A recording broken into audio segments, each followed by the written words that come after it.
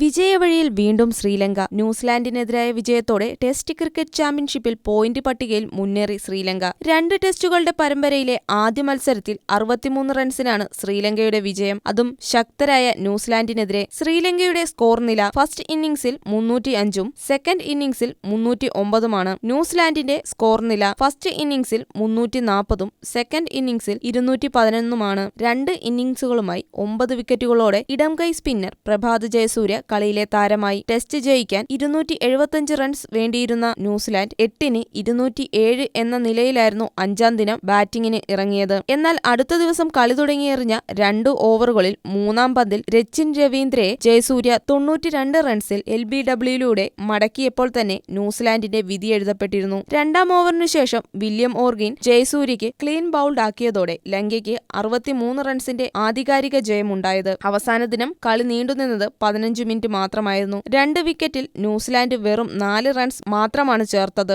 ജയത്തോടെ ശ്രീലങ്ക ടെസ്റ്റ് ചാമ്പ്യൻഷിപ്പിൽ പോയിന്റ് പട്ടികയിൽ ഇന്ത്യ, ഓസ്ട്രേലിയ എന്നീ ടീമുകൾക്കൊപ്പം 3-ാം സ്ഥാനത്തായി. ന്യൂസിലാൻഡ് 4-ാം സ്ഥാനത്തേക്കും ഇറങ്ങി.